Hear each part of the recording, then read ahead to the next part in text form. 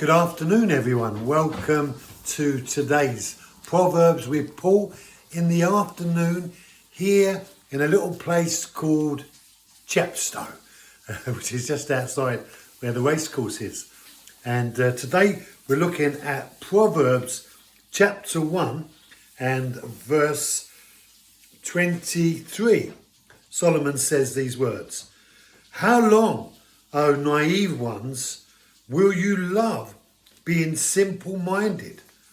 And scoffers delight themselves in scoffing, and fools hate knowledge."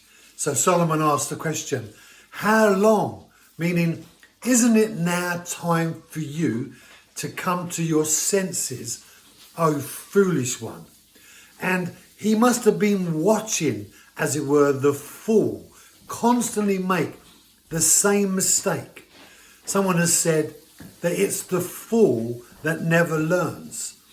And the foolish one who refuses to learn is because they are unwilling to take notice of the mistakes that they have made.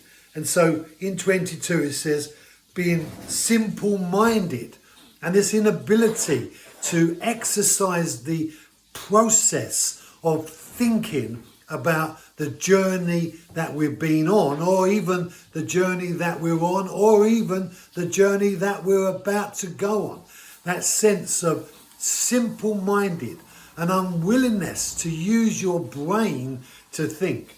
Solomon has been watching the simple-minded. He's been watching those who are foolish, who delight themselves in the process of being one who scoffs.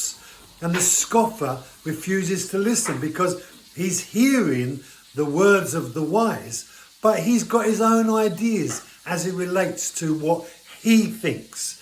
And that's that sense of independence that's come about in our lives as a result of us as human beings refusing to eat from the tree of knowledge of good and evil and prefer the fruit from the tree of knowledge,